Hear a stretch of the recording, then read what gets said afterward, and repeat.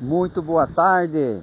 Hoje é segunda-feira, dia 5 de janeiro, nossa primeira live acontecendo do ano 2026. É um ano que promete muitas mudanças, né? Talvez você que acompanha os rituais de 2025 para 2026, a gente faz promessa, a gente põe meta, a gente põe objetivo e espero que você consiga concretizar seus objetivos. Mas tem que lembrar, para cada objetivo você precisa pôr uma tarefa, né? Uma simples tarefa. O que eu vou precisar fazer, né? Se eu quero produzir mais peixe por metro, por exemplo, né? Ou melhorar a conversão alimentar, o que eu vou fazer? Vai ter que fazer coisas que você não fez no ano passado, por exemplo, para ter uma mudança. Você vai ter que mudar alguma coisa. Não tem como você só falar assim, eu quero produzir 20 peixes por metro e você só simplesmente trata o peixe e põe só mais areador, entende? Não vai funcionar. Aí você vai ter que entender mais a qualidade de água, vai entender os limites físicos da água. Tem que entender que existem dois mundos no seu tanque. No tanque, né, vamos falar mais escavado, ou qualquer outro tanque, mas mais especificamente escavado, que a gente trabalha aqui, existem dois mundos, o céu e a terra. O céu é a parte de fitoplâncton, zooplâncton, toda aquela estrutura que faz bem para a tilápia, que incorpora o oxigênio, que é aquela maravilha, por isso que eu digo o nome de céu, né? E a terra é quase um inferno, brincadeira, né? A terra é aquela parte mais complicada, que seria ter muita matéria orgânica, precisa muito oxigênio para fazer a decomposição, né? E a tilápia vai lá para o fundo no inverno, então ela vai lá naquela lama quente, né? Porque está ocorrendo a fermentação. No verão não vai tanto, né? A não ser que a água esquenta demais, então ela vai mais para baixo e vai procurar águas mais frias, né? Então você precisa começar a entender. Vou dar um exemplo que nem aqui. Aqui, por exemplo, nós transformamos o nosso céu em um inferno. Nós viramos ali numa questões bacterianas aqui, um equívoco muito grande que eu cometi. Testes, né? Sabe como é que é? Vai testando, né? Só que em vez de testar num tanque, testei logo em 5, mas pelo menos o resultado foi igual para todos. Então realmente funcionou, né? Funcionou no lado ruim, significa assim, acabamos com todo o fitoplâncton do tanque.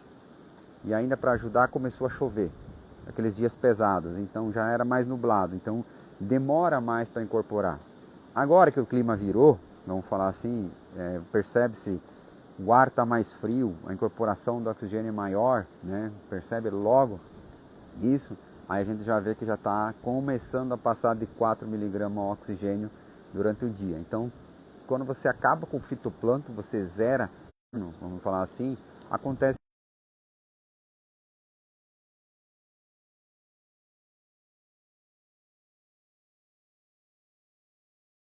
Estava dando. Então demos uma chamada ali, daí por isso que caiu, tá? Voltando, nós fizemos ali a leitura, nos gastando mais de 1000 kWh de energia, né?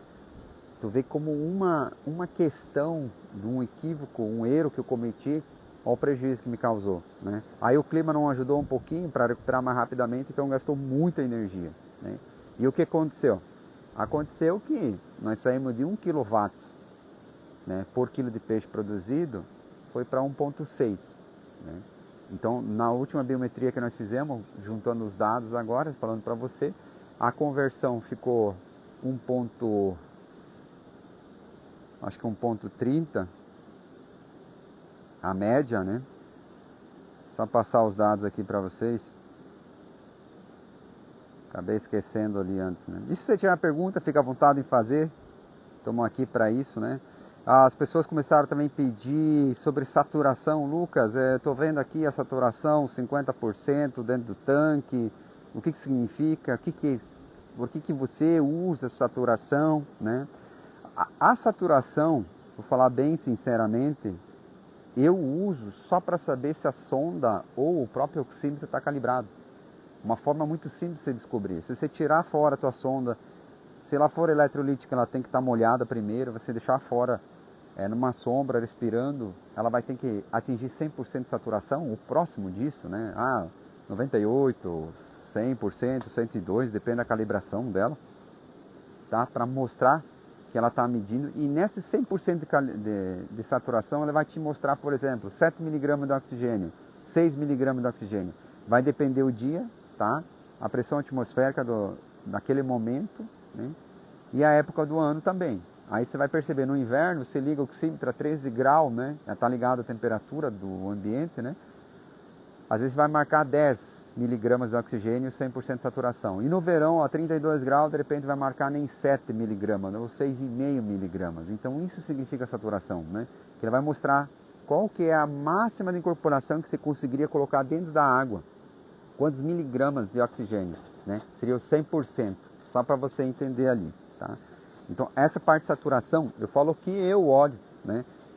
Só para isso, para verificação do equipamento indiferente, né? A marca do seu equipamento, você consegue verificar se ele está calibrado nas dúvidas, né? Porque nós aqui também tinha muita dúvida, porque o oxigênio estava muito baixo, mas só que daí nós olhamos, era todos os tanques, então tá certo. Mas às vezes se tem um tanque só, você começa a ver, tá? O que a gente olhou e percebeu nos últimos anos, os níveis de oxigênio. O ideal, com certeza, para a água, para todo o ambiente, com certeza seria muito acima de 4, 5 miligramas. Mas você sabe que essa época do ano aqui é humanamente impossível com uma densidade um pouco mais alta, tá? Manter-se acima, né? Economicamente viável também é outra questão, né? Então, por exemplo, assim, o que eu percebi na parte de conversão alimentar, se você conseguir deixar acima de 3 miligramas de oxigênio, tá?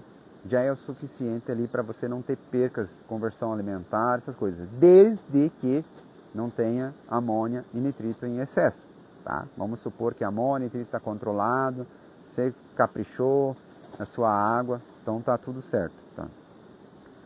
Então vamos ali para a nossa média geral, né? A nossa média geral, né, somando todos os tanques, a conversão está 1,27, tá? Então, para você ter esse parâmetro. Porque esses últimos 14 dias, né, o clima não estava agradável e tudo, o tanque 1 começou a fazer a desova, né, então você começa a perceber mais avermelhado, aí você já vê, dá uma segurada na ração, que não adianta, ela está preocupada em se procriar e não em crescer, né, então tem todo aquele desafio, né, aí você dá uma segurada um pouquinho na ração, aí os outros tanques crescem, né, mas se for se pegar separadamente, né, aí você vai se assustar, dá 2 por 1, sim, em 14 dias sim, né? Mas se você juntar eles e pegar pela média até hoje, de alojamento até hoje, por exemplo, o tanque 1 está 1,31, o tanque 2 é 1,28, né? O tanque 3 1,29, o tanque 4 1,16 e o tanque 5 1,1, né? Então você percebe que vai dar diferença. O tanque 3, 4 e 5 é o mesmo lote, para vocês terem noção. E ainda dá a diferença de tanque para tanque, né? Mas qual que é o problema? Qual é a diferença?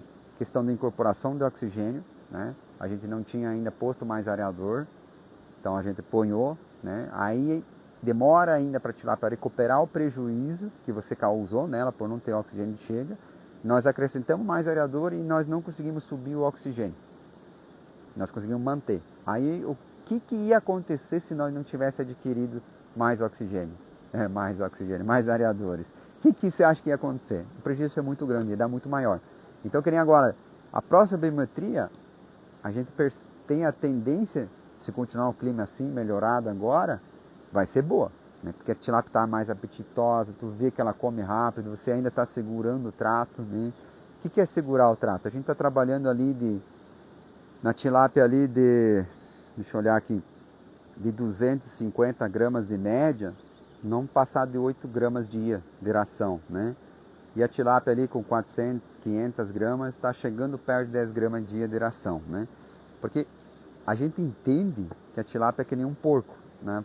Quem criou de granja, de porco, no começo eles são orientados, pelo menos acho que até 60, 70, depende da empresa, 60, 70 quilos, a tratar o máximo que o leitão consegue, ou seja, forçar ao máximo, porque ele precisa desenvolver. A tilápia é a mesma coisa, só que claro, tem seus detalhes, sempre vai ter detalhes. Por exemplo, começou a namorar, vamos falar assim, fazer as panelinhas. Então, mesmo que ela estiver lá com 300 gramas, 350 gramas e começar a namorar, ali já não vai dar certo, um pouco diferente do porco, né? Então não consegue se padronizar para você entender, mas você só precisa entender. Se você está tratando e está convertendo, então tá bom, tá? Então não se preocupe tanto na tabela, né? Olhe, baseie. E outra questão, a água baixou a temperatura aqui, né? Chegou a 26 graus novamente, amanhecendo 26, 25 graus. Aí você vê que a tilápia está mais disponível. Aí você vai tratar um pouquinho mais, aproveitar essa situação, né? O duro daí você fala, não, eu tenho que restringir trato. Aí você segura essa semana o trato, que o ambiente está propício para a tilápia. E vamos dizer que semana que vem começa a estourar a temperatura, começa a bater 32 graus e aí você precisa segurar trato por causa de temperatura. Então tem muitos detalhes que acabam acontecendo na produção de tilápia. Então o produtor de mais tempo começa a entender essa parte. Pô, depende aí, essa época é para segurar ou não? Opa, ela me corresponde. Temperatura de água, tá tudo ok, então funciona muito bem essa parte aí. Deixa eu só tomar um gole aqui do meu chimarrão, senão não tá certo, né? A garganta já seca, né? E se você tiver uma pergunta, fica à vontade em fazer, tá? Então, quando você for fazendo a biometria a cada 14 dias, se caso dá muito estourado, sempre faça a somatória até hoje, tá? Aí você vai se acalmar e vai mantendo o fluxo, tá? Porque senão você vai, por exemplo, estourou a conversão aqui, por exemplo, né, na biometria. Vou segurar trato, só que está na época de tratar. Claro, vai depender quantos peixes por metro, né? Nós estamos trabalhando com mais de 13 peixes por metro, não tem essa dificuldade. Se eu seguro muito o trato, desparelha muito peixe. Porque, por exemplo, se eu tratar 400 kg ao redor nesse tanque, eu garanto para você que não é toda tilápia que vai conseguir comer.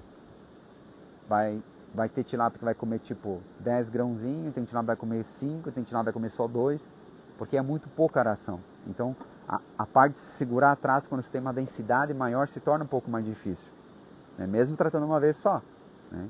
Então, porque a gente, nossa primeira tratada passa ali 300 kg, né? Aí você vê que acaba... Modo agitação. O modo agitação lá.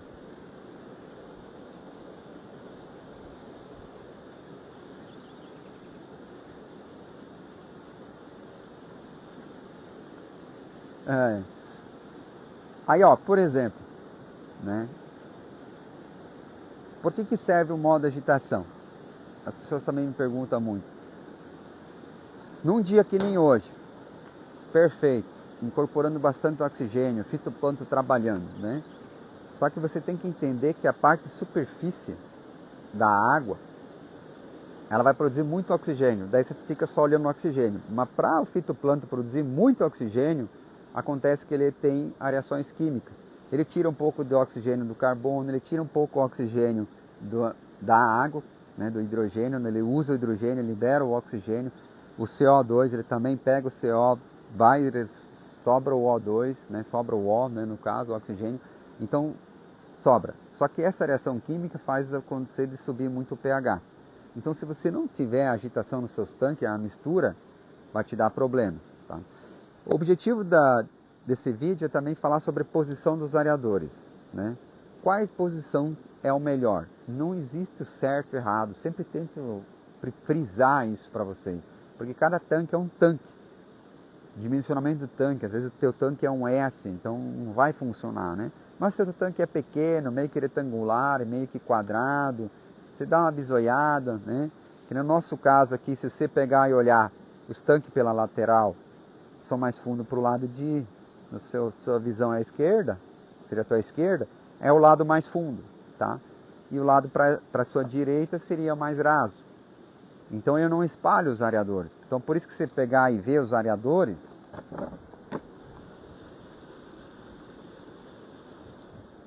vê se você consegue ver os areadores. Ou vira para o outro lado lá, também dá. Tá, ó. Aqui no caso porque precisa mais areador, né? Aí foi 2 fileiras, mas vira para o outro lado lá. Aí esse outro tanque, né? Tem uma fileira, é o lado mais fundo do tanque, é o lado de cá, né? Agora que nós estamos do mesmo lado, então é o lado direito é o mais fundo, para você entender. Então quando começa a ligar os chafariz, eles começam a puxar muito sólido em suspensão, né? Só que quanto mais fundo, menos a água do fundo ele vai conseguir pegar. E ele vai fazer uma agitação, né? Ele mistura, ele puxa muita água. Imagina a volumetria de cada areador desses, né? Imagina todos ligados uma vez, né? Então eu comecei a separar eles por questão de produção de oxigênio. quando não se está usando eles, né? Uma coisa que vocês vão entender. Se eu tivesse espalhado eles pelo tanque, como a maioria faz, dificilmente ia conseguir desligar agora. Porque eu ia estar criando sólido em suspensão em todo o tanque. Tá? Assim eu tenho uma zona, não é morta, porque tem orador de pá lá, e ocorre uma decantação. Né?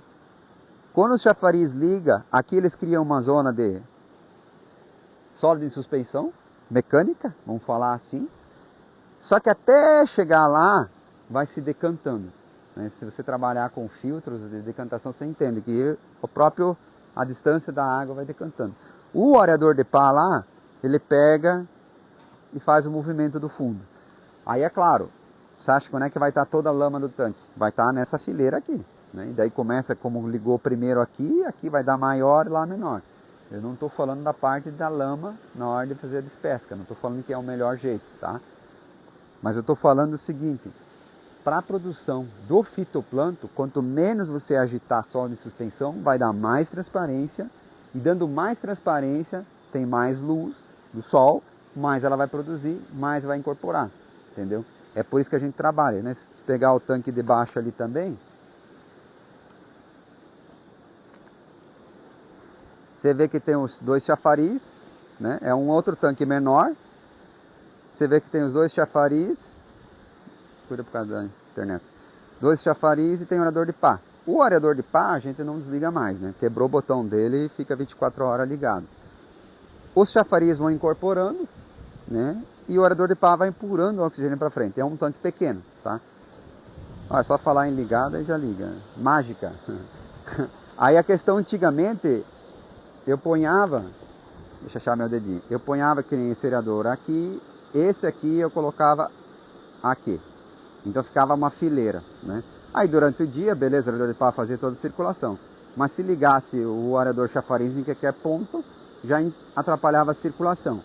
Assim, por exemplo, se mesmo ligasse outro chafariz, ele vai conseguir entrar em circulação, tá? E vai incorporar o oxigênio. Só que fazendo assim economiza energia. Porque aqui vai ter uma zona que não vai ter tanto sólido em suspensão e aqui começa a produzir o fitoplâncton e aí ele vai trazendo para cá e você vai melhorando, tá? Então é isso que eu descobri. Com o tempo a gente consegue pegar. Porque teve anos que chegava lá com 500 gramas de tilápia e já não desligava mais o variador. E não tinha Cristo que fazia, né? E assim a gente acabou mudando essa questão. Então por isso que a gente posiciona o variador dessa forma. Sempre lugar mais fundo, preferência, né? Conforme o tamanho do seu tanque, o areador de pá um pouquinho para frente, né, para não atrapalhar. Então aqui que vai acontecer? Aí vai incorporar o oxigênio e vai para cá. Aqui vai estar a maior parte da lama, tá? Porque ele vai puxar e vai fazer o rodeio.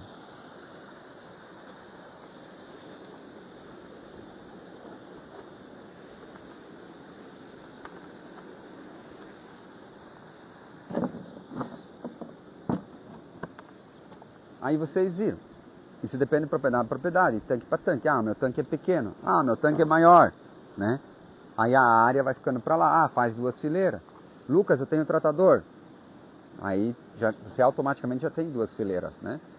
Aí como é que eu faço? Joga tudo de um lado? Depende. Às vezes você vai jogar mais, tenta jogar mais areador do lado mais fundo e menos do outro lado, né? Se tiver areador de pá, você consegue fazer isso, né? Ah, Lucas, mas meu tanque é meio parelho fundo. Já não precisa fazer isso, né?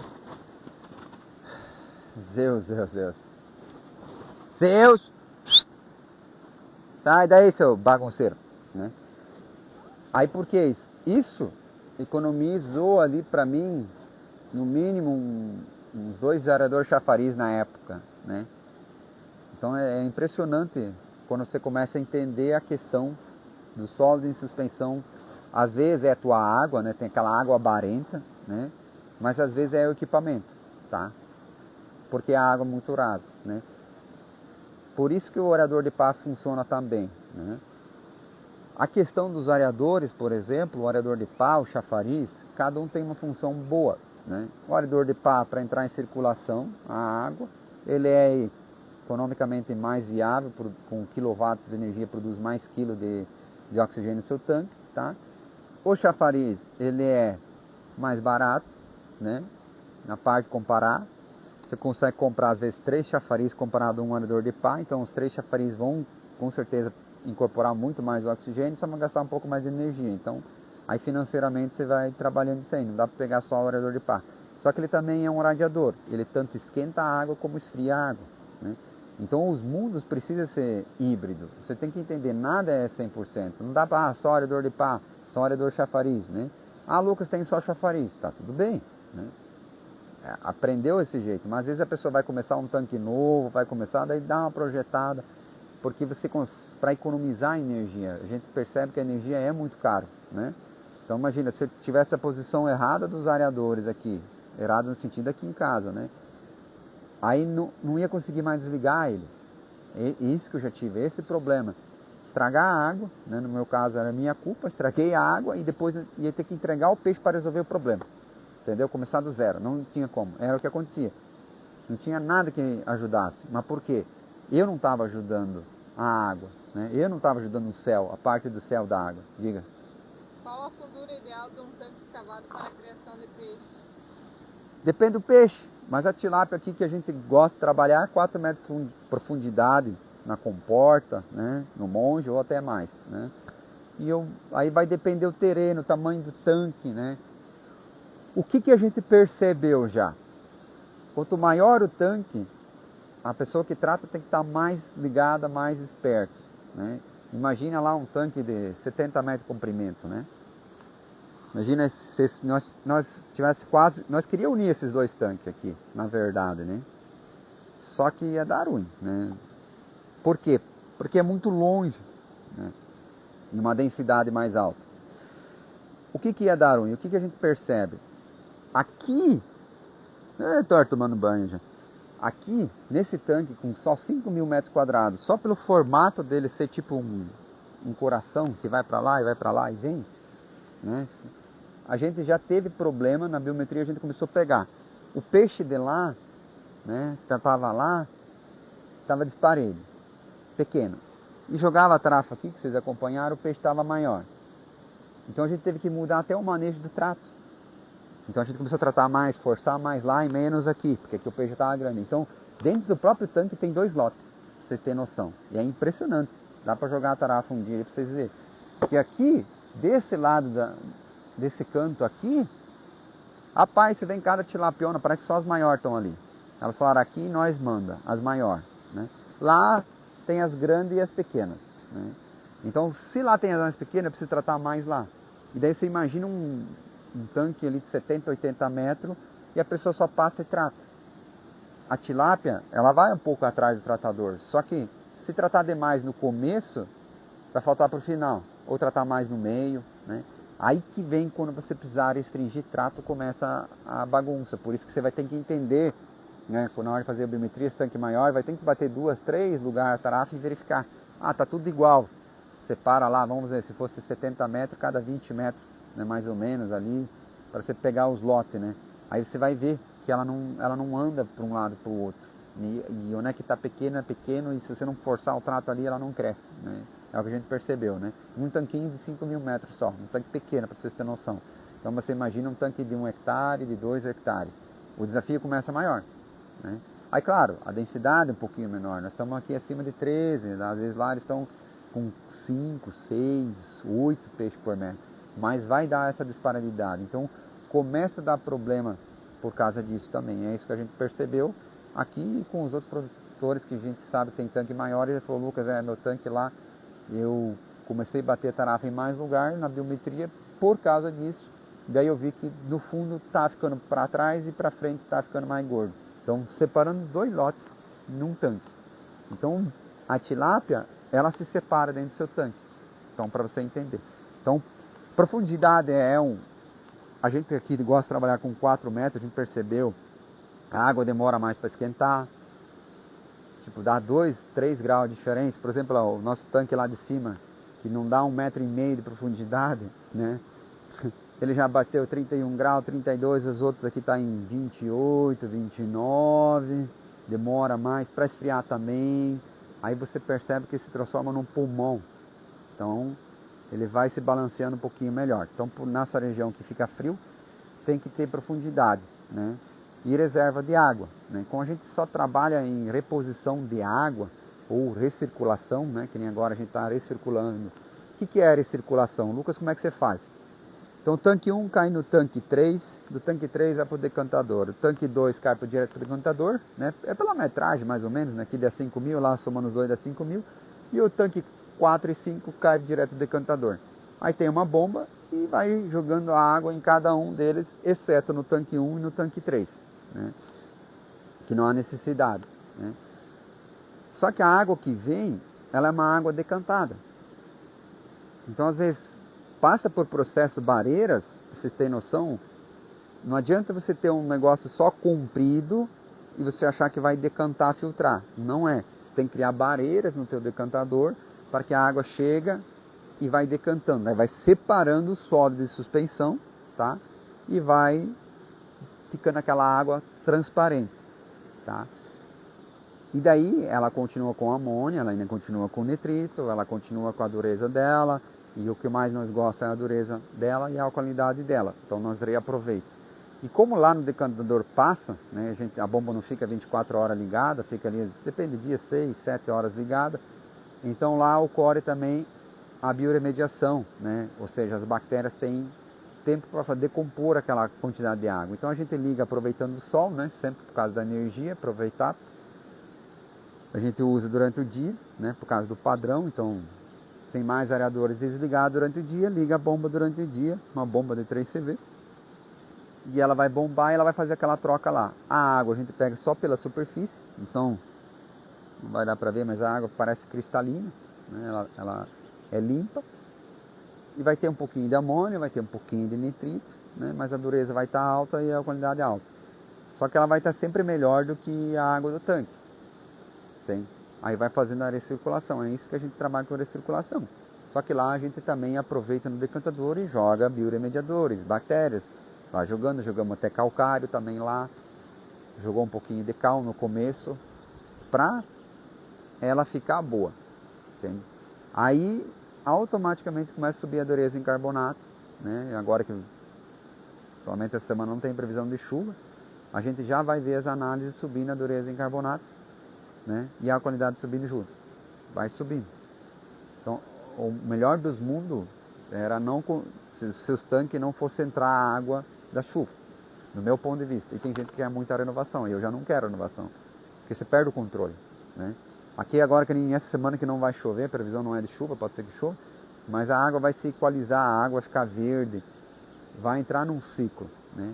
Desde que eu não acelere muito o trato e não forçar o trato, fosse tipo, tá ali tratando 500 kg e ir para 700 kg nessa semana. Aí vai desequilibrar de novo o tanque, que ele vai ter que se estabilizar novamente com essa quantidade de aeração. Mas depois que estabilizou o tanque, a quantidade de aeração, você vê, né?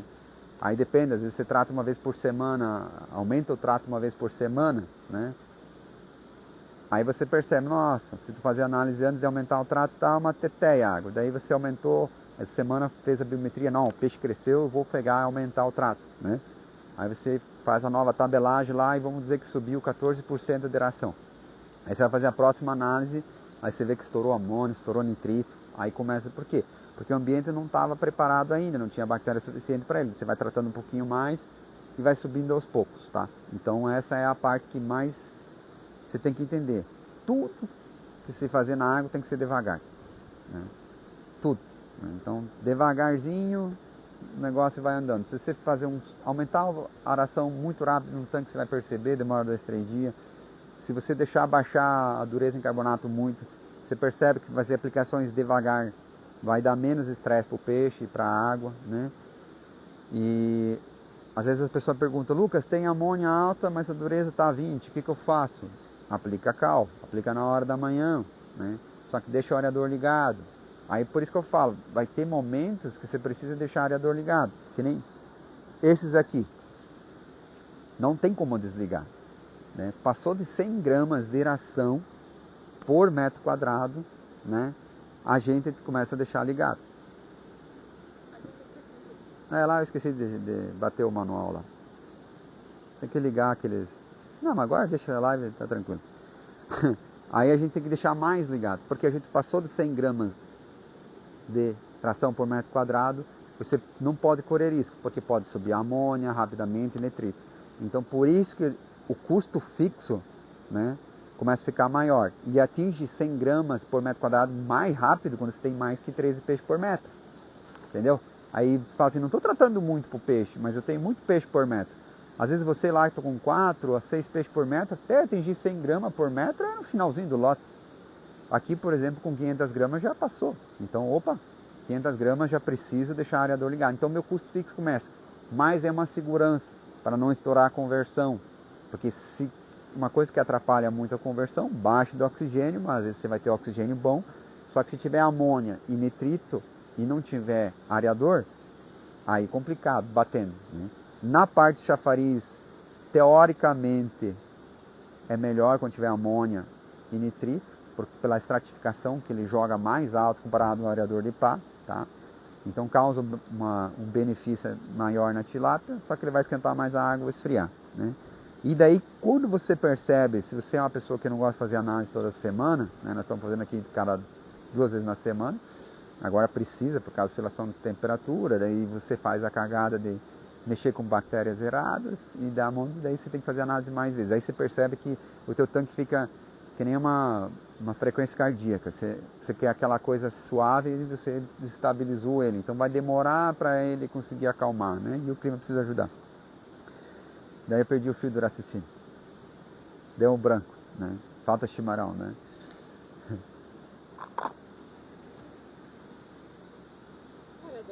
Ah, tá. Daí a amônia alta, beleza. Daí a amônia tá alta, o areador chafariz, a gente vai usar a cal, né? Igual. Aí fala, mas daí eu pegar, vai subir e vai dar amônia tóxica. Vocês têm que lembrar. Se você tiver um areador chafariz ligado, que nem fala pro produtor, se você não faz análise nas suas águas, né? Mas tenta seguir assim, ó, quando você vê que você está tratando mais ali, já deixa um 24 horas ligado. Mas para que ele serve? Para estratificar, se caso der amônia ou nitrito. E se você tiver câmera, ou se geralmente o produtor gosta de ficar passando, olhando os tanques, que nem eu, tá ali, dá uma passada. Aí você vai ver, às vezes, durante o dia, 2 horas da tarde, uns peixes começar a vir perto do areador chafariz, né? Ou de pá, tanto faz. E aí você vai olhar, se tiver uma sonda ou se tiver oxigênio, você vai medir. Ué, mas o oxigênio está alto. Mas e a amônia está como? E o nitrito está como? Aí você vai lá, faz análise. Meu Deus, a amônia está 6,5. Nitrito está 2,8. Daí você, meu Deus, o que eu faço? Né? Você vai ligar os areadores 24 horas por dia, né? Aí depende do estresse da tilápia, do jeito que ela tiver, você aplica sal para dar uma minimizada no estresse dela e deixa o negócio rodar, tá? E vai tratando, né? Se a tilápia vier com apetite outro dia, você vai tratando, mas ela vai demorar uns 2 dias para ela vir, né? Então você vai perceber também amônia e nitrito, que você chega a uma certa altura, de repente a tilápia começa a desandar, né? Ela, você está tratando 200 kg, de repente aquele dia lá você vê que ela já não vem mais, você trata 180, aí vai, daí outro dia você vê que já sobrou mais ração, vai 160, ela não consegue comer, né? Amônia e nitrito, o estresse dela, daí ela começa a diminuir. Aí você deixa os areadores 24 horas ligados e você começa a perceber que de repente ela está tratando 180, ela quer mais, 200, ali. Então, a parte do consumo de energia, né? Espero que você esteja fazendo também que nem nós, acompanhando. Não se assusta, às vezes pode ser que nem acontece que nem nós, 1,6 kW por quilo de peixe produzido. Mas nós temos que fazer a média geral na hora de entregar. É que nem a conversão, tá 1,29, tá 1,1, 1,17, mas tem que ver na hora de entregar. Às vezes pode ter mais peixe por metro, às vezes pode ter menos peixe por metro, né? Mas o desafio da produção de tilápia é que todo ano vai ter um desafio novo. Todo ano vai ter uma mudança, né? Então, no ano 2026, quer produzir mais peixe por metro, né? Até um produtor entrou em contato, falou, nossa, eu vi que você ponhou 16,5 kg por metro quadrado, produziu. Sim, né? Tem pessoas que fazem, nossa, é muito. Tem pessoas que falam, isso é pouco, né? Hoje tem produtores ponhando mais de 30 peixes por metro. Mais de 30 peixes por metro, vamos supor que chegasse a 800 gramas, ou que seja de quilo, 30 quilos por metro, em tanque, né? Em tanque. Então existe tecnologia. Só que você fala, meu Deus, eu não cheguei lá, né? Então eu quero chegar lá também, né? Então sempre vai ter pessoas que vão, às vezes, ser melhor que você, produzir melhor tecnologia. Só que para chegar a 30 peixes por metro, eu vou ter que aprender com a pessoa. Ou 25, ou 20, ou se você está com 6, ir para 10. Só que você vai ver que vai aumentando o risco e o nível de erro cada vez é menos. Você poderá. Te sai caro, que nem nós aqui, ó. Putz, ligar um monte de areador, né? Segurança, nós temos 2 padrão, então nós puxamos 2 ramal dos padrão, né? Aí se um falhar, vai ter o outro, né? Então a gente também já pensa nisso, porque pode derreter um cabo, pode pegar fogo, sei lá, pode acontecer um monte de coisa, né? A gente não sabe. Aí já tem outro padrão ali, consegue grampear rapidamente. Já temos o areador ligado no outro padrão, não que o outro não ia aguentar, mas nós já passamos um areador para outro padrão, porque se caso acontecer um caca, né? Aí você acaba já, pelo menos um e outro está ligado pelo outro padrão.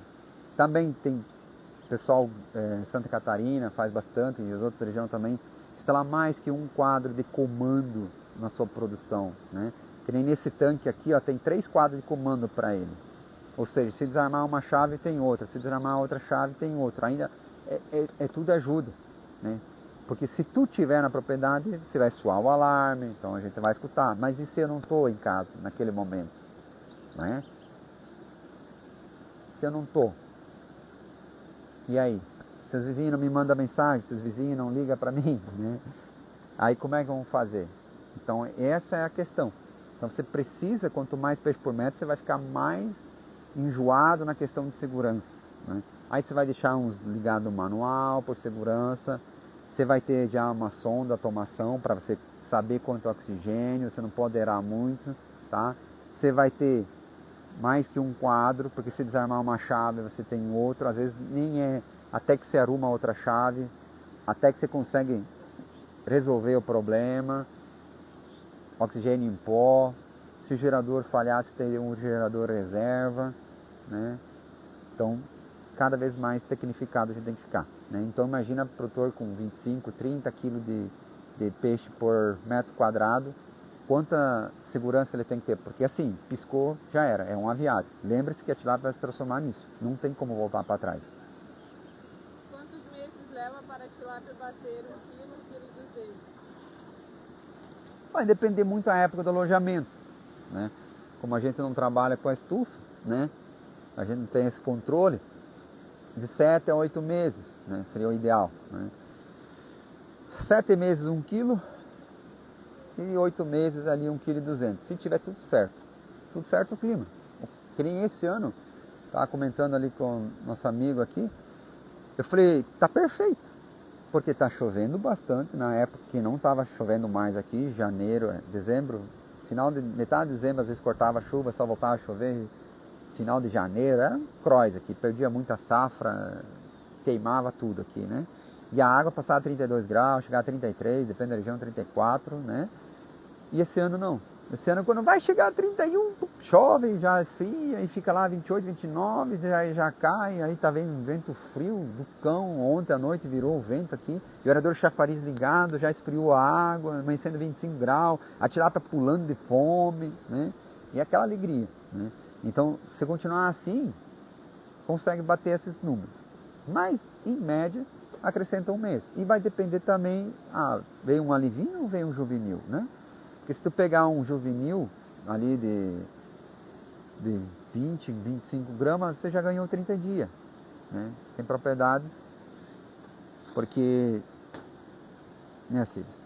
Tem propriedades, se você pegar um alivinho, aí vai demorar mais, porque você vai perder 30 dias até que ele atingir seus 25 gramas, né? Depende como você trata, depende da temperatura da tua água.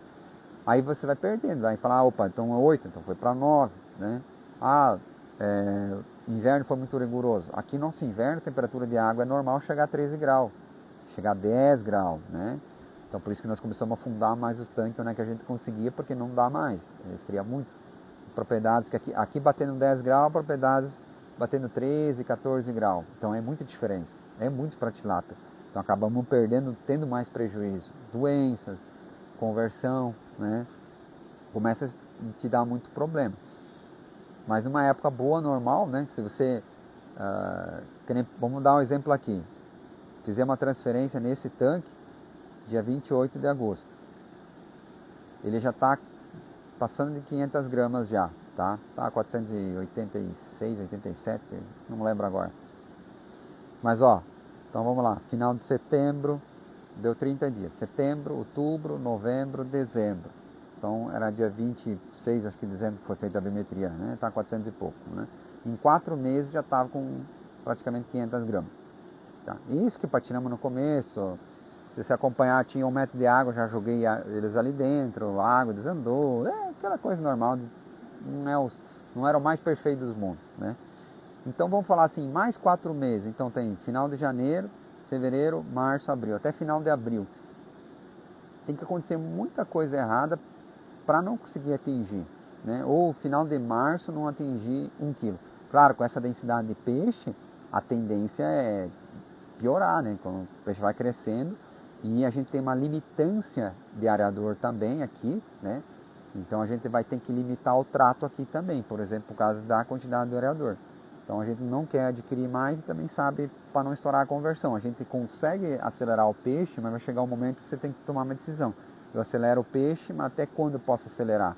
Que é economicamente viável entre o quilowatts de energia versus a conversão alimentar. Então, entende? Começa a andar, essa parte vai começar a complicar daqui para frente. Né? Aí, opa, durante o dia eu consigo economizar energia, beleza, mas só à noite. É bom, mas você precisa durante o dia também, né? E aí você vai forçando o trato. Então a gente está limitando ali em torno que vai chegar ali a 11 gramas de ração, né, por dia. Então, se você pegar nas piores hipóteses, a gente está trabalhando aqui a conversão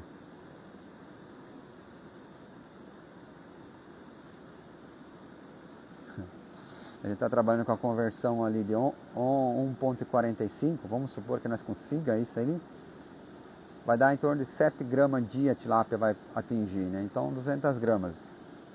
Então 4 meses teria que dar 800, né? Mas vamos jogar mais alto, 11 dividido por 1,55 pela densidade, mas dá 7 igual, né? Então teoricamente tem que dar, só que nós temos que conseguir incorporar oxigênio. Então por isso que a gente tem a sonda, né? Se caso você tiver interesse em adquirir nosso equipamento, né? Já estamos mais de 1 ano no mercado, testado já mais de 2 anos aqui trabalhando, o pessoal está gostando muito e temos o melhor preço do mercado, acessível pela tecnologia, tá? E a facilidade de instalação também, tá? E o aplicativo, web para você e fora as outras inovações que vai ser implementadas no decorrer desse ano 2026. Por isso que eu falo, 2025 a gente projeta, 2026 a gente começa a pôr em prática ali. Coisas que são muito úteis para a produção de tilápia. Não tem como escapar da tecnologia. Se você quer aumentar o peixe por metro, Lucas, eu quero manter em 4, aí você vai conseguir fazer do seu jeito, porque a tecnologia da ração vai te ajudar. A tecnologia da genética vai te ajudar, entendeu? Isso é fácil, né? Entendeu? Só que você fica limitado a essa produção. Aí, suponhamos que ali em 7 meses eu vou tirar 1 quilo média. Então em 7 meses eu produzi 13 quilos, tá? Aí vai ter mais o outro peixe que vai ser alojado. 1 mês, tá? Vamos supor 7, 8, vai dar 4 meses ainda do outro, né? Inicia-se, só que é o inverno, né? Não vai conseguir. Mas é fácil você conseguir produzir 15 quilos em média, se você adensar um pouquinho mais, 15 quilos de peixe por metro quadrado por ano, tá? Se você põe a 4 peixes por metro, você vai fazer às vezes 2 lotes tranquilamente, você vai conseguir 8 quilos. Entende? A gente consegue dobrar. O faturamento é dobrado, mas os custos também é dobrado, né? E às vezes aumenta um pouquinho a energia. Então aí que tá. Mas aumenta a energia por quê? Qual que é o limite, né? Então essa é a questão, né? A questão da conversão também vai ter que verificar. Então a gente tem um limite de chegar a 11 gramas, né? Só que às vezes pode acontecer o tanque não suportar e vai ficar em 9 gramas ou 10 gramas. Porque senão a água desanda e aí você se obriga a segurar um pouco o trato e daí vai atrasar um pouquinho, né? Ou de repente a conversão começa a estourar muito, né? Porque o ambiente não aguenta, né? Não suporta, estoura, fica a amônia muito alta, nitrito muito alto, vem ali, você não consegue resolver e aí você percebe o seguinte, você vai rodar um teste. O que é rodar um teste? Objetivo, chega a 11 gramas dia, até lá tem areador para isso, tem oxigênio para isso, Está tendo oxigênio. Está convertendo, continua. Não está convertendo, opa, reduz para 10. Não tem o que fazer. Porque a 500 gramas, então a gente emparelhou o que deu para emparelhar, agora tem que cuidar um pouco a conversão. Só que se a gente lá atrás não tratasse o que fosse preciso para ela, né, vai desemparelhar mais, aí você, tipo assim, a tua conversão tá boa, você não estourou ela, né? A gente fala estourar, né? Mas vamos lá, você está conseguindo manter 1.2, 1.1 nas biometrias, tá ali. Só que o peixe vai desparelhando. Aí na hora de entregar, você vai ver que vai estourar a conversão, né? Então tem esses detalhes para você cuidar. É complicado, né? Trabalhar com a tilápia ali em certas questões. Só que você tem que começar a mexer. Tem que começar a mexer com os números, mexer com quilowatts. Porque daí, por exemplo, assim, se eu ficar olhando só para conversão alimentar, o que vai acontecer? Nossa, vou conseguir uma conversão alimentar 1.1. Vou diminuir o peixe por metro, eu vou conseguir 1.1. Mas qual é o teu custo energético? 1 quilowatts por 1. Né? Aí você fala, opa, mas a energia está ficando cara. Aí de repente você estoura um pouquinho a conversão alimentar, só que daí a energia mantém 1.1 e vai 1.2. Mas eu produziu mais peixe, entende? Nós não sabemos ainda, eu não tenho esse dado ainda, qual é a economia real, né? Então assim, financeiramente. Porque sempre falo, tem que ver o que sobra no teu bolso. Eu posso gastar 100 mil reais em energia, mas se me sobrou 200 mil reais. Aí outra pessoa gastou 50 mil reais em energia, sobrou só 100 mil reais na conta. Qual que você gostaria? O 200 mil reais, concorda comigo? Você quer o 200 mil? Eu quero. Não importa se eu gastei 100 mil reais, mas me sobrou 200 mil reais. E outro investiu 50 mil reais, me sobrou só 100 mil reais. E a propriedade é o mesmo, os custos físicos é o mesmo, só você vai gastar um pouquinho mais de energia. E você entende essa correlação que a gente tem que estudar muito, para poder orientar melhor você, tá? Então, para finalizar aqui o vídeo de hoje, aqui a live, então se você tiver uma pergunta, fica à vontade em fazer, tá? Estamos aqui para isso, para responder, estamos aqui para orientar. Eu sei que é um assunto chato, números é chato, só que com números podem ser manipulados, mas eles não mentem. Tá? Então, que nem eu falei, 50 mil sobrar 100, é só uma suposição para você entender, porque às vezes fala assim, nossa, eu percebo, até eu também, a gente tem, quando estava tudo ligado aos vereadores durante o dia, eu estava quase tendo um treco. Né? Quando eu fiz a leitura, então, quase morri, eu falei, bom, se continuar nesse ritmo, vai dar 26 mil quilowatts, né, de energia no mês, nós vamos morrer, né? Morrer pagando a conta de luz, né? Só que tem uma reserva da energia solar ainda, mas ia zerar a nossa energia solar, né? A reserva. Daí outro mês já ia começar a pagar. Mas daí eu fiz outra conta, né? Qual outra conta você tem que fazer? Beleza, estou gastando 1000 quilowatts. Estou tratando de quantos quilos de aeração total? Eu estava tratando acho que uns 1.200. Opa, estou quase teoricamente produzindo 1000 quilos de peixe. Opa, se estou produzindo 1000 quilos de peixe, gasto 1000 quilowatts, vai ficar 1 por 1. Então estão dentro da minha meta, tá? O objetivo é 1.1 kW, né? É a meta. Mas vamos ver se a gente consegue com essa densidade ali, mais de 13 peixes por metro. Então tudo tem uma variável, né? Se você tiver menos peixe por metro, você tem que conseguir bem menos, né? Mas entende? Aí você se acalma também, porque daí você fez cálculo. Porque se você pegar só o lado da energia e falar, meu Deus, vamos morrer, né? Mas aí você vê, opa, mas se o peixe crescer 1 tonelada por dia, posso gastar 1000 kW. Tá? Mas claro, quero gastar menos, né? Porque vai ter dias ensolarados, eu preciso gastar menos desses dias e dias chuvosos, daí a gente entende, né? Aí você consegue, economiza agora, dia de chuva gasto mais, e daí vai. Agora, se eu, dia ensolarado gasto bastante, em dia de chuva bastante, aí fica mais difícil para você controlar seus gastos aqui, né? Então é essa questão que você fica preocupado, mas é só a calculadora que vai te ajudar, não adianta. Então eu peguei, calculei, assustei, peraí, mas eu calculei a aração que está tratando. Então, mas se estiver convertendo, pela média vai dar quase 1000 quilos de peixe. Então, temos que aguentar. Aí vê o resultado.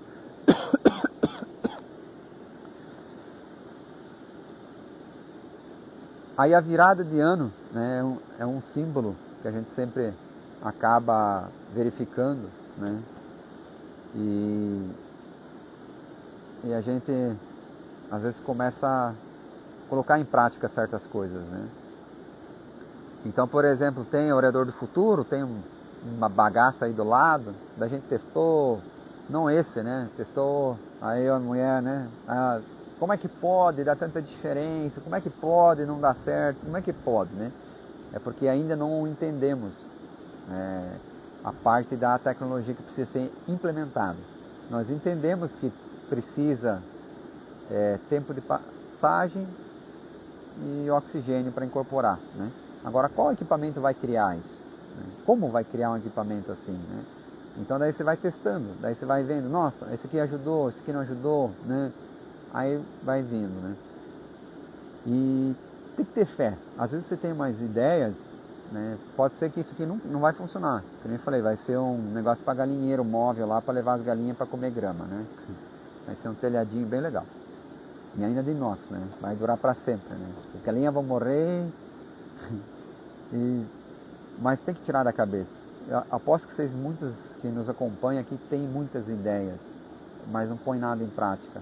E outra coisa que a tecnologia nos proporciona, que está acabando com nós, né? É se você não tem controle. Então você tem que cuidar o que você assiste, você tem que cuidar para não sobrecarregar teu cérebro, a tua memória RAM. Se você assistir muitos vídeos, você vai se sentir cansado no final do dia e não vai pôr nada em prática. Aí que nem aqui da live, você assiste, resumindo a live aqui, se você tem todos os aeradores espalhados e você tem aerador de pá, a primeira coisa que você tem que fazer num tanque é puxar todos os aeradores chafariz numa fileira, se possível, se dá certo, e põe o aerador de pá num outro lado para a água circular e verificar depois de 7 dias se não incorpora mais oxigênio, se não melhorou a tua água, se a tua água é barenta. Tá? Isso é a prática da live de hoje, desse vídeo. Esse é o resumo. Se você assistir, olhar, não, beleza, faz sentido, mas não alterar na sua propriedade o que precisa ser alterado, então você não aprendeu nada. É assim, é que nem você lê a Bíblia. Você leu a Bíblia hoje, beleza, já é o primeiro passo. Segundo passo, põe em prática. O que eu vou conseguir, do que eu li, o que vai estar valendo para a minha vida, o que eu vou pôr em prática, o que eu não vou pôr em prática, tá? Então é isso que muda. Então hoje a tecnologia te dá muita informação, que antigamente era difícil, era só na parte dos livros, não tinha comunicação chamada internet, hoje tem, então hoje é fácil. Só que hoje em atrapalho na tua vida, na nossa vida em geral, né? É que você não põe em prática. E você se sente desanimado, fala assim, pô, né? As coisas não vai, parece que o dia fica pesado, você chega no final do dia todo exausto e não tomou nenhuma atitude. Tinha várias, você abriu muitos, a gente fala, muitas decisões e não encerrou as decisões. Por exemplo, vou fazer isso no aerador chafariz, sim ou não? Não. Pronto, tomou a decisão, não serve para você. Aí outra pessoa fala assim, não, esse aqui serve para mim, vou fazer. Aí você não definiu a data quando.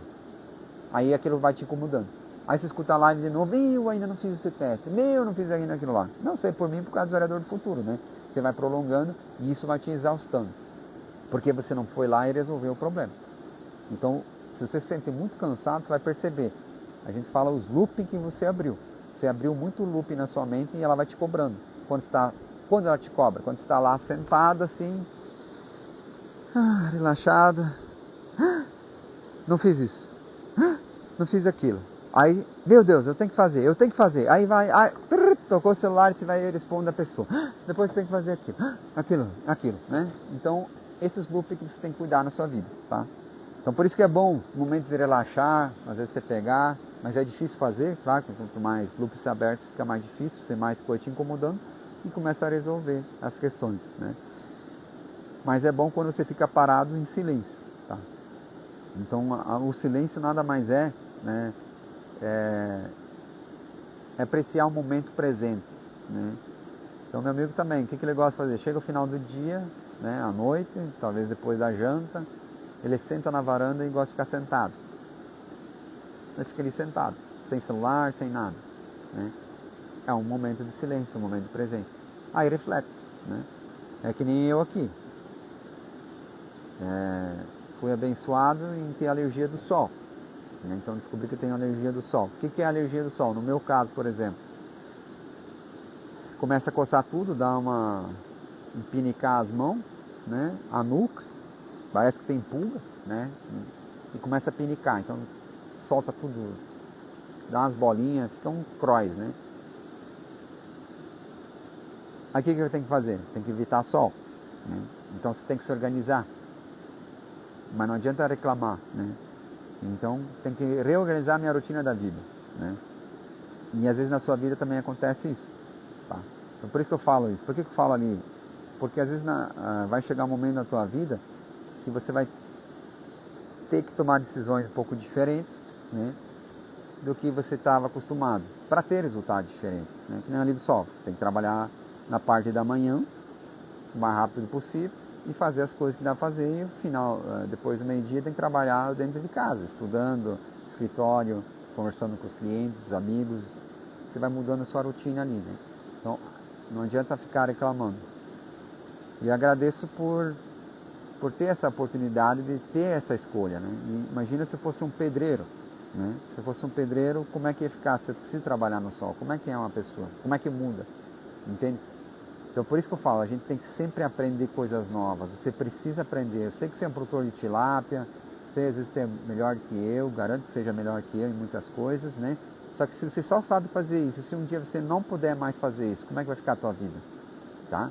Então esse é um momento de reflexão que eu trouxe um momento de reflexão para mim, né? Quando eu descobri, né? Fiz os testes, achei que era protetor solar, ou outras coisas, enfim, era alergia do sol mesmo, né?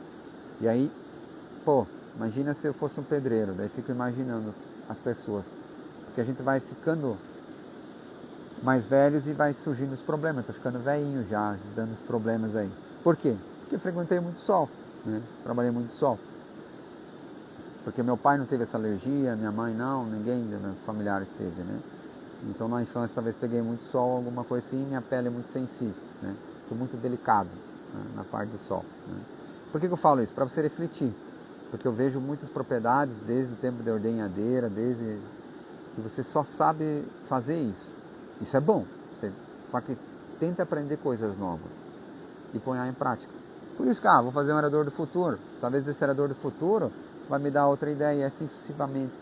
Aí daqui a 1 ano, 2 anos, 3 anos, né, acaba mudando toda a rotina da vida aí, e a gente consiga talvez lançar um arador do futuro para você, e você fala, nossa, que bom, posso pôr 20 peixes por metro, né, e aquele que põe 30 põe 60, alegria, né, tá? Então fica ali, desejo a você que continue orando, pedindo a Deus sempre todo discernimento, tá? Que toda vez que acontecer alguma dúvida na sua vida, que fique em silêncio, converse com Deus, né? E Ele vai te trazer toda a solução para a sua vida. Só que às vezes a solução que Ele traz para a sua vida não é a melhor, né? Posso falar que de repente Deus está dando sinais, né? Falando desses, para eu parar um pouco da minha vida e pensar o que eu estou fazendo, se é meu propósito, não é, né? Sempre me pergunto, né? E às vezes essa vai ser a mudança daqui a 5, 10 anos, né? Então toda mudança, né, que a gente fala no começo do ano, 2026, o que você vai fazer diferente? O que você vai mudar? O que você vai aprender, né? Até comentei com a minha amada aqui, nós tínhamos que aprender o inglês. Por que não aprender uma língua nova? Né? Por que o alemão, tanto faz, né? Às vezes você parou de falar alemão, por que você não pratica o alemão? Né? Por que não assiste mais vídeos em alemão? O francês, o italiano, mamma mia, né, espanhol, né, hablas espanhol, no, graças, né, para você ter coisas novas, porque você não sabe o dia da manhã, né, amanhã você pode estar num outro país, amanhã você está aqui, às vezes pode ter oportunidades, a oportunidade é você que cria, tá, Deus sempre vai te abençoar todas as oportunidades, isso que eu quero falar para você, então, às vezes você tem que se preparar para a nova oportunidade e às vezes você não está se preparando, né? Ou investir na sua piscicultura, né? Que nem você fala, a tilápia, ela virou frango, não tem como ela parar. Só que o que vai mudar é a forma de produzir ela. Isso eu tenho certeza. Isso é fato. Vai ser adequado, não tem. É que nem o frango, antigamente era solto, para lá e para cá, daí prenderam, daí foi confinando, é que nem a tilápia. Hoje está fácil, 6 peixes por metro consegue produzir bem. 8, mais ou menos, 10, razoável, 12, já, 13, 14, já fica que nem eu ali, né? Vamos ver se vai dar certo, né? Ou 30, né? Aí quais são os prós e contras? A maneira de produção vai ser alterada, pode ter certeza, né? Mas ainda a tilápia eu acho que vai precisar de água, tá? Isso eu acho que não vai ser mutante não, essa questão. Mas por que eu falo isso? Para você sempre, indiferente aonde que você estiver, indiferente aonde que a forma da sua produção, você pode sempre se atualizar. Você pode sempre pôr alguma coisa em prática para ter uma mudança na piscicultura, ter uma mudança na sua propriedade para você não se vitimizar. Não fazer como eu fiz por muitos anos, vitimizando, e só andei para trás enquanto eu vitimizava. O vitimizar é reclamar. Ah, reclama do governo, reclama, tá, né? É que nem aconteceu, o Maduro foi pego, né? Foi cantando, dando risada, nos Estados Unidos não vai fazer nada, agora está lá preso, né? O que isso aconteceu? O que isso vai mudar? Ah, já mudou a tua expectativa para o Brasil. Gente, o Brasil não é mesmo que eu tenho que defender, tá? Isso eu falo sobre a política, eu falo para você. Só que você não pode desanimar. Hoje a tecnologia, isso eu percebo, ó. Se você estudar a tecnologia, ela te faz te animar rápido e desanimar rápido também. Você vê uma notícia boa, prenderam Maduro, finalmente, amém, né? Eu tive a oportunidade de conversar com um casal venezuelano. E eu pedi para eles, tá, mas é realmente como fala que é tão ruim assim? Eles falaram, sim, é pior do que você imagina, né? Então, realmente, de pessoas que saíram, começaram a trabalhar no Brasil, tá? E eles falaram, Lucas, é terrível.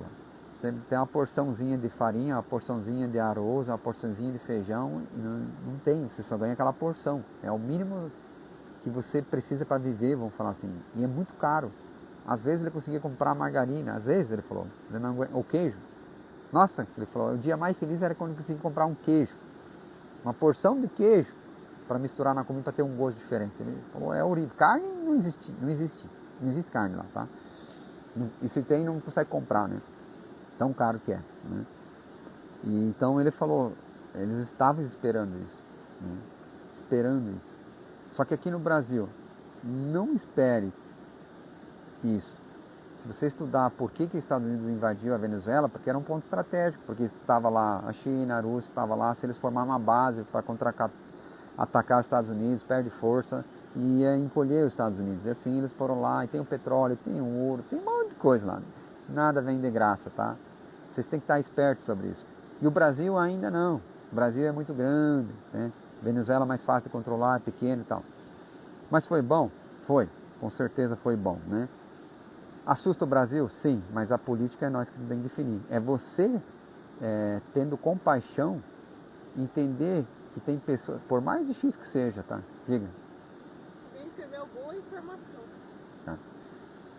Por mais difícil entender, as pessoas votam no A ou no B, né? Tanto faz. Só que você tem que entender. Se nós tiver compaixão, entender a pessoa que votou no A, no atual presidente, para não cometer o mesmo erro, vota no tanto faz no outro, você tem que entender por que votou. Eu sempre falo, não tem problema. Não tem problema nenhum. O voto é seu, é livre, estamos numa democracia. O importante é que é válido. Mas está satisfeito com esse governo atual? Está tudo certo? Não, eu gostei desse governo, para mim vou continuar votando. Perfeito. Não está satisfeito? Então agora é a hora de pensar assim, o que custa votar num outro? Vamos votar, não precisa ser da direita, vota no centro, não sei quem vai ser os candidatos, mas não votar mais nele. Não cometam aquilo. Não por orgulho. Mas eles ficam falando faz o L, tá, mas tudo bem. Aí você com raiva vai votar no cara que está te prejudicando de repente, não sei, né? Você não está a favor desse governo pelas políticas, pelos ministérios, pela INSS, pelo banco, Master, por todas as questões, pela jurisdição que está acontecendo, pelos julgamentos, da forma, tudo, né? O que ele está defendendo, né? Aí eu vejo o seguinte, é um ano de eleição, mas não é um ano de você sair brigando, né? É um ano de conversar. É um ano que a conversa com a pessoa, tá gostando do presidente? Não. Você vai votar nele de novo? Vou. Então tá bom. Não adianta ficar brigando com essa pessoa. É a mesma coisa eu brigar para você, você tem que ler a Bíblia, você vai olhar para mim, não vou aqui, nunca que eu vou ler a Bíblia. Eu só falo, eu leio a Bíblia por causa disso. Desde que eu comecei a ler a Bíblia, me aproximei mais de Deus e entendo que depois que eu comecei a ler, Ele já me deu sinais. Depois Ele falou silêncio, Ele está falando muito sobre silêncio na minha vida. Então Ele está falando assim, falando para você aí que me acompanha mais tempo. Ele falando assim, vai mudar a rota da sua vida. Quando Ele fala para ficar em silêncio é porque Ele quer mostrar a nova rota. É fato, é a lógica. Então, aí se você vai obedecer ou não, o problema é seu e o problema é meu, tá? Aí cada um com seus problemas, né? Mas falando sobre a política é a mesma coisa. Eu não tenho raiva que a pessoa votou no fulano, porque ela votou por algum motivo. Mas só que tem que entender, não adianta julgar. Você julgar a pessoa que votou no presidente atual, não adianta você ficar julgando, não vai resolver o problema. Você não é Deus para julgar. Eu acho que o único que tem todo o poder sobre nós, seres humanos, é Deus, né? E Jesus, é claro. Mas vamos deixar a Deus, né? Aí você quer julgar? Não. Então por isso que acontecem tantas intrigas. Se nós não se unir agora, não tiver compaixão, pode acontecer que nem a Venezuela, né? Você sabe que já está caminhando para isso. Igual isso. Não pense que outro país vai lá vir salvar. Só vai vir salvar depois de quantos anos? Acho que 2017 começou a andar para trás, depois 8 anos. E só se atrapalhar os Estados Unidos, é a lógica, né? Então não faz sentido. Então não vamos passar por isso. Porque o momento de agir, de conversar é agora. Tá? E não precisa brigar com ninguém, com sua família, nada. Se a pessoa quer continuar votando do jeito que está, você tem que abençoar, orar por ela, que toque, fala assim, Deus, que toque o coração, veja o que está acontecendo na sua vida, se é isso que ela quer, né? É a única coisa que a gente pode fazer, tá bom? Então, muito obrigado você que acompanha nós há mais tempo, tá? Desculpa pelo sermão ali no final do vídeo, a gente já faz no finalzinho, porque Deus sempre colocou no coração evangelizar, né? Sempre, não adianta, vou dar um exemplo, ó, por isso que eu falo. Eu reclamava do padre, do pastor, reclamava da pessoa A, ou B, C. Não vai mudar nada a minha vida, nem vai mudar a vida dela. Isso é fato, você reclamar. Não adianta eu reclamar que o presidente atual ali ficar reclamando, né? Porque a pessoa botou nela, tinha que patinar. Foda-se, nós estamos no mesmo barco, estamos afundando junto, estamos tomando água junto, estamos sofrendo junto, tá? Então a vida é assim. Aí, por exemplo, evangelizar. Eu vejo evangelizar é falar, né? É falar o que eu estou fazendo da minha vida, ser franco, ser honesto, né? Então a liberdade, né? A liberdade que nós temos ainda de falar, de ser sincero, é nossa. Então a verdade sempre vos liberta. Então está na Bíblia. Se eu falar a mentira, vou pagar o preço. Se eu falar a verdade, vou pagar o preço. Então você sempre vai pagar o preço da verdade, né? Então eu prefiro falar a verdade. Então evangelizar, eu vejo assim. É perfeito? Não, né? Nada é perfeito. Mas o que é perfeito? É uma coisa que você colocou, que você põe o limite na perfeição. Ah, isso para mim seria a perfeição, né? Mas Deus colocou outras coisas que são muito mais perfeitas do que se possa imaginar, né? Por isso que Ele criou o mundo e depois criou nós. Porque nós ia ser muito chato, Ele sabia, né? Nosso Pai. Tá. Então fica em reflexão para você. Convido você, se você não começou a ler a Bíblia, leia. Vai lá, pega um capítulo por dia, pega uma frase por dia e faça o teste por 60 dias para ver se você não vai perceber uma mudança na sua vida, se não vai mudar as coisas, né? E se você tem o costume de reclamar, que nem eu, tenta não reclamar menos. Em vez de apontar, né, às vezes de repente você fala assim, o Lucas tinha que falar mais sobre isso, em vez de você reclamar que eu não estou falando do assunto, então por que não sugere o assunto? Toma uma atitude diferente. Fala assim, Lucas, eu acho que esse assunto aqui seria bom você falar mais. Pum, manda um direct, entende? É esse tipo de assunto. Ou grave o vídeo do assunto, falar, esse assunto está me incomodando, grava o vídeo, faz a postagem no Instagram.